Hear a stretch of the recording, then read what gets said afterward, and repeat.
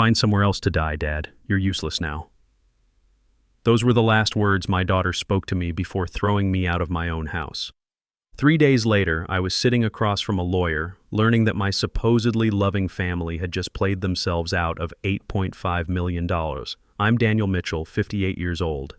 And let me tell you how I went from a broken widower to the man holding all the cards. Because this story has more twists than a Texas back road. 3 months ago, I was just another guy trying to figure out how to live without the woman who'd been my anchor for 35 years. Jennifer died of a sudden heart attack at 65, and I thought my world was ending. We'd built everything together. Our successful construction consulting business, our beautiful home on 15 acres outside Austin, and what I thought was a close family. Jennifer and I started our business from nothing. I had the construction expertise, she had the business sense. While I was out managing job sites, she was handling contracts, invoicing, and building relationships with clients. Together, we grew Mitchell Construction Consulting into one of Austin's most trusted firms. We weren't millionaires, but we'd done well, real well. Our daughter Michelle, now 35, had always been Jennifer's little princess. When she married that investment banker Christopher Lawson 8 years ago, Jennifer was over the moon. Finally, someone with real career prospects in the family, as Michelle liked to put it. I could tell she was a little embarrassed by having a dad who worked with his hands while her husband moved money around in fancy downtown offices. After the funeral, Michelle swooped in like a concerned angel. "Dad, you can't possibly manage this place alone," she'd say, her voice dripping with fake worry. "The maintenance, the isolation, all these memories. It's not healthy for a man your age." I should have seen the calculation behind her concern. Michelle started bringing Christopher over for weekly dinners, where they'd corner me with retirement community brochures and financial planning pamphlets. "Dad, these places are wonderful," she'd insist. "You'd have people your own age, activities, no responsibilities. What they meant was no inheritance to split, no inconvenient father to deal with." The visits became more frequent, more insistent. Christopher would talk about how overwhelming it must be for me to handle the business finances without Jennifer. "Daniel, you're great with the construction side, but the investment portfolio, the tax implications, that's complex stuff that needs professional management. Professional management. Like I was some senile old fool who couldn't balance a checkbook." Jennifer had always handled our books, true enough, but I wasn't stupid. I knew we had investments, knew about the business accounts, knew we'd done well over the years. Jennifer shared everything with me. Well, almost everything, as I'd soon discover. The final blow came on a Tuesday morning in September. I'd been living in what Michelle now called the family home for 3 months since Jennifer's death, still sleeping in the guest room because our bedroom felt too empty, too quiet, without Jennifer's gentle breathing beside me. Michelle arrived unannounced with Christopher and 2 large suitcases. No call, no warning, just walked right in like she owned the place. "Dad, we've made a decision. Christopher got promoted to regional manager, and we need to move closer to downtown immediately. This house is perfect for our family's needs." I stared at her, coffee cup halfway to my lips. "Move in? But this is my home, sweetheart." Michelle's mask slipped for just a moment, revealing something cold underneath. "Actually, Dad, according to Mom's will, I inherited everything. The house, the business, all the investment accounts. I've been letting you stay here out of kindness, but it's time for you to find your own place." The words hit me like a sledgehammer to the chest. "Michelle, that can't be right. Your mother and I planned our estate together. We discussed everything." "No mistake, Dad. Mom knew I'd take better care of the family assets than you could manage alone. You never really understood the financial side of things. You were always just the construction guy." Just the construction guy. 35 years of marriage, 30 years of business partnership, reduced to those dismissive words. Christopher stepped forward with a folder full of official-looking documents.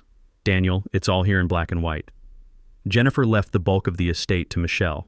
"There's a small provision for you, of course, but the primary assets, the house, the business, the investment portfolio, that all goes to Michelle." I looked at the papers, but the legal language might as well have been written in Chinese. All I could focus on was Jennifer's signature at the bottom, witnessed and notarized. "I don't understand," I said, my voice barely above a whisper. "Jennifer wouldn't have left me with nothing. We built this together." Michelle's expression softened slightly, but her words remained steel. "Dad, you'll be fine. There's enough in your portion to keep you comfortable in a nice senior living facility, somewhere you won't have to worry about home maintenance or property management or any of those stressful responsibilities. That's when she delivered the killing blow. Find somewhere else to die, Dad. You're useless now. I packed my things that afternoon, 35 years of marriage fitting into 2 suitcases and a small box of photos. Michelle watched from the living room, checking her watch like I was making her late for something important. There's a decent senior complex on Maple Street, she offered with all the enthusiasm of someone recommending a mediocre restaurant. Very affordable. I'm sure they have openings. Affordable. My daughter was inheriting $8.5 million, and she was suggesting I check into subsidized housing. Christopher loaded my suitcases into their BMW with the efficiency of someone disposing of old furniture. Daniel, you'll love having your independence again, he said, not quite meeting my eyes. No more worrying about property taxes or business decisions or any of that complicated stuff. No more home, he meant. No more life. As we drove away, I watched my house, Jennifer's house, Michelle's house now, disappear in the rearview mirror. I'd spent decades building that home, hosting Michelle's birthday parties, caring for Jennifer through her health scares, maintaining every detail she loved. Now I was being driven to a budget motel like an unwanted relative who'd overstayed his welcome. The Moonrise Inn was exactly what you'd expect from a place charging $69 a night. Thin walls, thinner towels, and carpet that had seen better decades. Michelle handed me $400 in cash like she was tipping a service worker. This should cover you for a week while you get settled, she said. I'll transfer some money from your inheritance once Christopher sorts through all of Mom's financial paperwork. Some money from my own inheritance.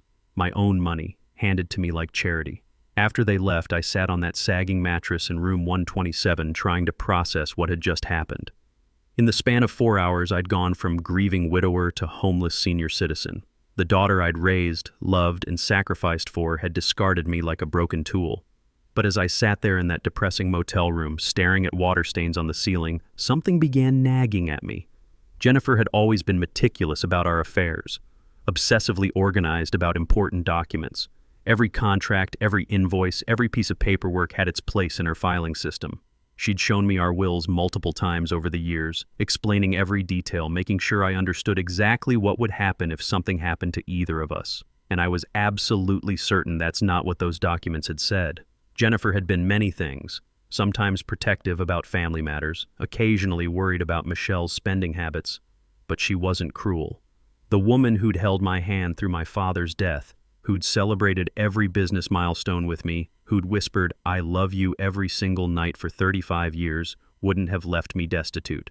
More importantly, Jennifer had been smart. Street smart, business smart, people smart. She'd built our company's reputation on reading people accurately, spotting problems before they became disasters. If she'd seen something in Michelle that worried her, she would have planned for it. The more I thought about it, the more convinced I became that something was wrong.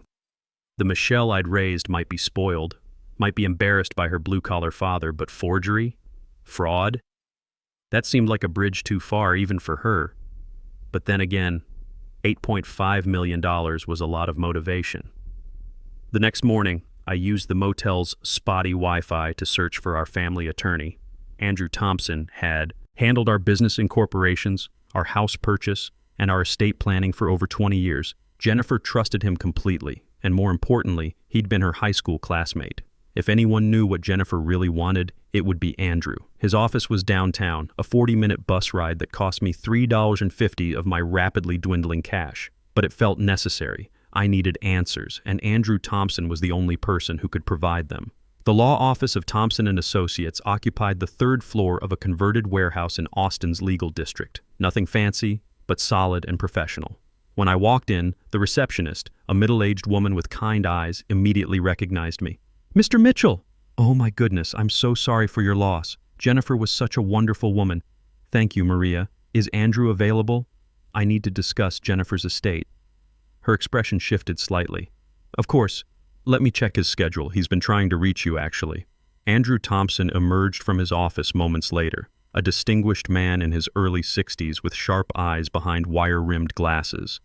When he saw me, he looked genuinely surprised. "Daniel, my old friend, thank God you're here. I was starting to worry. I've been calling your house for 2 weeks, but Michelle kept saying you were out of town dealing with grief, not ready to discuss business matters. Out of town, that's what my daughter had told him. Andrew, I need to ask you about Jennifer's will. He looked puzzled. Of course. But didn't Michelle provide you with your copy? I gave her the original and several copies after the reading, along with specific instructions to make sure you received everything. My stomach dropped like a stone. There was a reading? Daniel, you were supposed to be there. It was scheduled for 2 weeks after the funeral, just like Jennifer requested. Michelle said you were too distraught to attend, that she'd handle everything and make sure you got your inheritance documentation. The blood drained from my face as the reality hit me. Andrew, I was never told about any reading. Michelle told me she inherited everything. She showed me documents that said I got almost nothing. Andrew Thompson's expression shifted from confusion to alarm. He moved with sudden urgency, reaching for a thick file folder from his desk. Daniel, that's impossible. Your wife's will is very specific about your inheritance. He pulled out a document I recognized, Jennifer's neat signature at the bottom, witnessed and notarized. But as Andrew began reading, I realized Michelle had lied about absolutely everything. I, Jennifer Ann Mitchell, being of sound mind and body, do hereby bequeath to my beloved husband Daniel Mitchell the following: our primary residence at 847 Silverado Lane, including all furnishings and personal effects, valued at approximately $850,000. Additionally, I leave him 75% of all financial assets, investments, and business holdings totaling approximately $6.375 million. My head started spinning. $6.375 million. The house, 3/4 of everything we'd built together. Andrew continued reading, his voice growing more serious. To my daughter, Michelle Mitchell Lawson, I leave $2.125 million to be held in trust, with distributions beginning on her 40th birthday, contingent upon her treatment of her father following my death, contingent upon her treatment of me. Andrew, I whispered, what exactly does that contingency clause say? He flipped to the next page and I could see the concern in his eyes. It's very specific, Daniel. The trust states that if Michelle fails to treat you with respect, dignity, and familial care following Jennifer's death, the entire $2.125 million reverts to you instead. I stared at him in shock. Are you saying? I'm saying your daughter just cost herself $2.125 million. Her inheritance is now yours as well. You're not inheriting $6.375 million, Daniel. You're inheriting the full $8.5 million plus the house and all business assets. The irony was so perfect it was almost funny. Michelle had been so eager to claim her inheritance that she'd triggered the exact clause designed to protect me from her greed. But she had legal documents, I said weakly. She showed me papers with Jennifer's signature, forged most likely, or documents from a much earlier draft. Your wife updated her will 8 months before her death, Daniel. She came to me specifically because she was concerned about Michelle's attitude toward money and her sense of entitlement. Andrew opened another folder, pulling out correspondence dated from the previous year. Jennifer was worried, Daniel. She'd noticed changes in Michelle after the marriage, especially around money discussions. The way Michelle would dismiss your business success, act embarrassed about your background, make comments about real careers versus working with your hands. Jennifer had been watching, evaluating, making decisions to protect me. There's more, Andrew continued. Jennifer also suspected that Christopher might be influencing Michelle's attitudes. She mentioned some concerns about his financial ethics, though she never went into detail. What do I do now? I asked, my voice barely steady. Andrew smiled, and for the first time since Jennifer's death, I saw genuine warmth and respect directed at me. Now, my friend, we call the police about the fraud. And then we call Michelle and inform her that she's about to receive the shock of her life. Can she fight this? With what money? She's about to discover that every account she thought she controlled actually belongs to you. Every investment, every bank account, every business asset except your house will be frozen pending investigation of her fraudulent activities. I thought about Michelle in my house, probably already planning renovations, shopping for new furniture with money she thought was hers. Christopher was probably calculating how the inheritance would affect their investment strategy. They had no idea that in about 6 hours their entire world was going to implode. Andrew Thompson's office became command central for what he cheerfully called Operation Justice.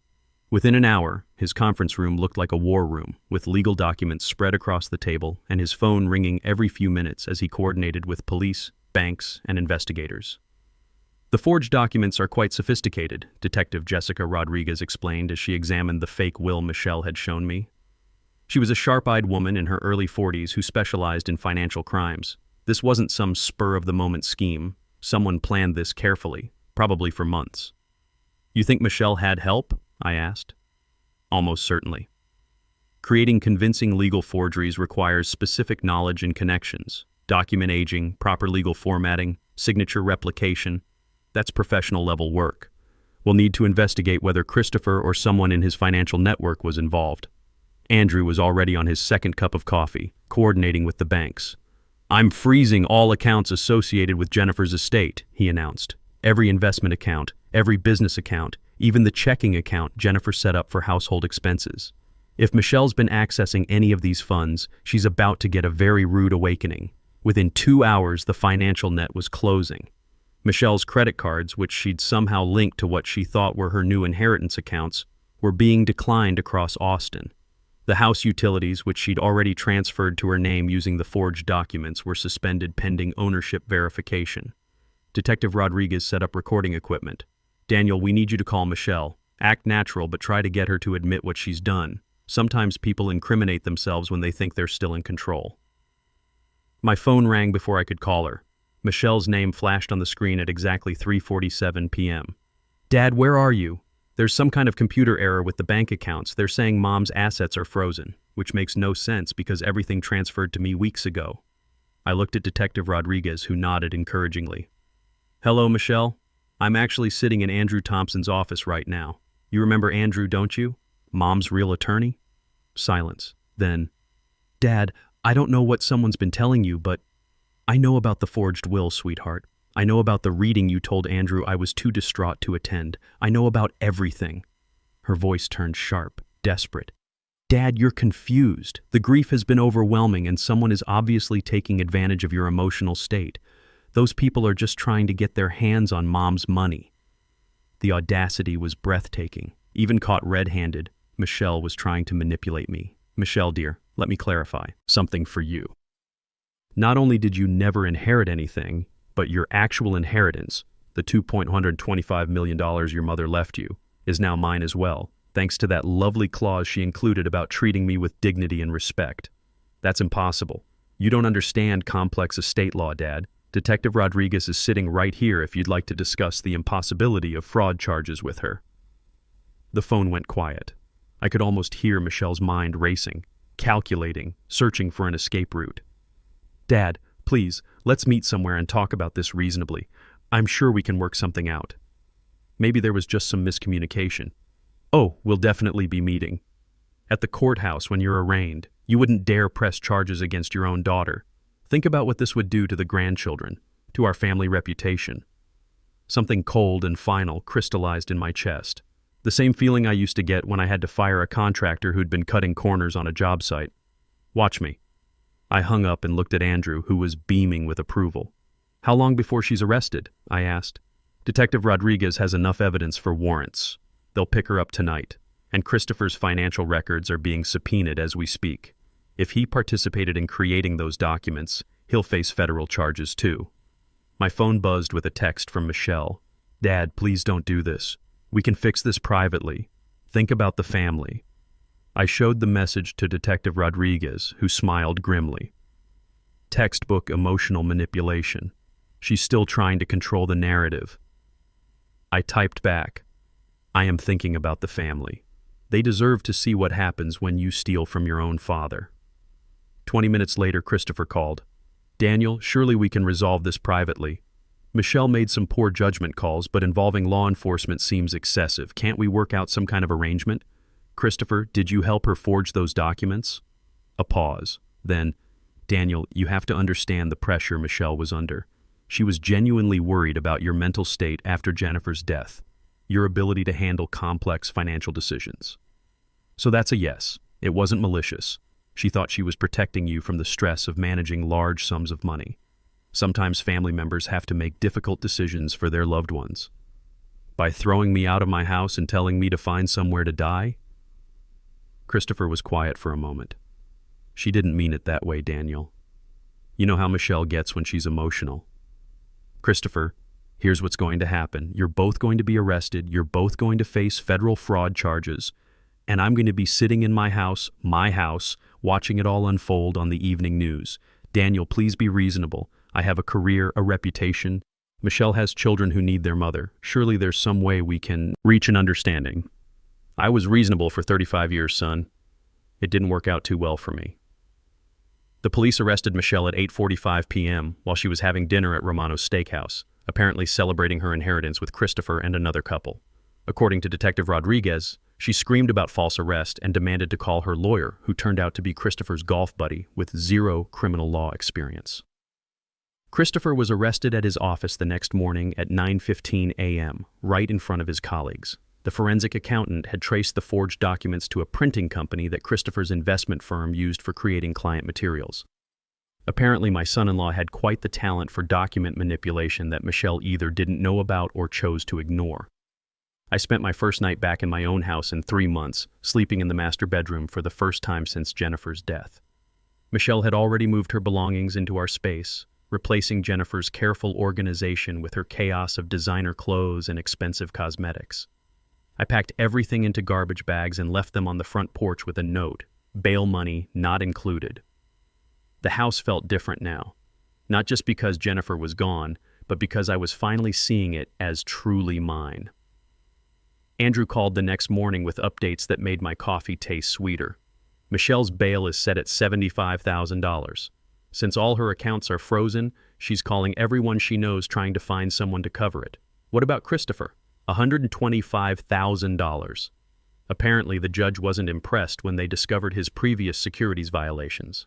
Turns out your son-in-law has been under investigation by the SEC for manipulating client portfolios. I certainly hadn't known that. But then again, I'd been excluded from most family financial discussions. Michelle and Christopher had always talked down to me when money came up, simplifying concepts they assumed I couldn't understand. They were about to learn how much I'd actually understood. 3 days after Michelle's arrest, something unexpected happened. FBI agent Amanda Martinez contacted Andrew's office with information that changed everything I thought I knew about Jennifer. Mr. Mitchell, Agent Martinez explained during our meeting, your wife had been cooperating with a federal investigation into money laundering operations through construction consulting firms. For the past 5 years, she'd been providing information about suspicious contract offers and payment requests. The revelation hit me like a sledgehammer. Jennifer was working with the FBI? She noticed patterns in some of the contract offers your company received. Unusually large payments for small projects, clients who insisted on cash payments, requests to backdate invoices. Smart woman, she contacted us instead of ignoring red flags. I stared at Agent Martinez trying to process this. So our money, completely legitimate. Your wife never accepted any questionable contracts. Instead, she helped us identify and prosecute companies that were using construction firms to launder drug money. The $8.5 million you inherited was earned through honest work and smart investments, with a substantial reward payment for her cooperation. Jennifer had protected our family from criminal activity while building our legitimate fortune. And Michelle had tried to steal it all based on forged documents. The trial took place 4 months later. I sat in the front row of the federal courthouse, watching my daughter and son-in-law face justice for their crimes. Michelle had lost weight, her designer clothes replaced by a simple gray suit. Christopher looked older, his confident banker persona completely shattered. During sentencing, the judge addressed them directly. Elder financial abuse is one of the most despicable crimes in our society. You targeted a grieving widower, your own family member, and attempted to steal his life savings through fraud and deception. Michelle received 18 months in federal prison. Christopher got 24 months, plus permanent revocation of his investment licenses. Their suburban house was seized to pay legal fees, and their children went to live with Christopher's parents. I felt no satisfaction in their punishment, just a quiet sense of justice finally being served. With my inheritance secured, I had decisions to make about the future. The first was easy. I sold Mitchell Construction Consulting to my longtime foreman, Marcus Rodriguez, Jessica's brother. He'd earned the opportunity, and I was ready for a new chapter. The second decision took more thought. $8.5 million was more money than I'd ever imagined having. Jennifer and I had lived comfortably, but this opened possibilities I'd never considered. I established the Jennifer Mitchell Foundation for Elder Protection with $3 million of the inheritance. Our mission was simple: provide legal aid for seniors facing family financial abuse and fund education programs about estate planning and fraud prevention. The foundation's first case was a 72-year-old retired teacher whose son had convinced her to sign over her house and pension to help with his business troubles. Sound familiar? We got her house back and her son got 2 years in prison. Within a year, we'd helped 47 families and lobbied for stronger elder protection laws in Texas. The work gave me purpose I hadn't felt since Jennifer's death. Turns out helping people fight back against financial predators was almost as satisfying as building something with your own hands. 6 months after the trial, Michelle wrote me from federal prison. I'd ignored her first dozen letters, but this one was different. Shorter, less self-justifying. Dad, I know I destroyed our relationship. I know sorry isn't enough. I just want you to know that I finally understand what I lost. Not the money. I lost you. I lost the father who taught me to ride a bike, who walked me down the aisle, who would have done anything for me. I threw that away for money that wasn't even mine. I don't expect forgiveness. I just wanted you to know that I finally get it. Your loving daughter, Michelle. I read it twice, then filed it away with the others. Some bridges, once burned, can't be rebuilt with words. Maybe someday, when she's learned what real consequences feel like, we might have a conversation. But that day wasn't today. The media attention from the case led to speaking opportunities. Channel 12 News did a feature story that went viral online. Netflix reached out about documentary rights.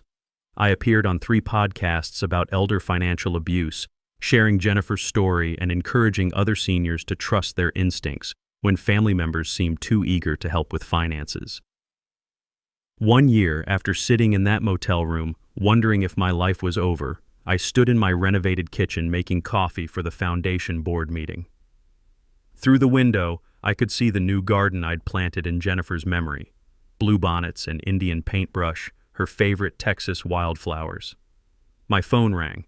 Andrew Thompson, calling with news about another elder abuse case that needed our help. Daniel, we've got a 68-year-old veteran in Houston whose daughter-in-law convinced him to transfer his house into her name for tax purposes. Now she's trying to evict him. Send me the details, I said. We'll take the case. As I hung up, I thought about the journey from broken widower to elder advocate. Jennifer would have been proud. She'd protected me even in death, and now I was using her final gift to protect others. Michelle had called me useless.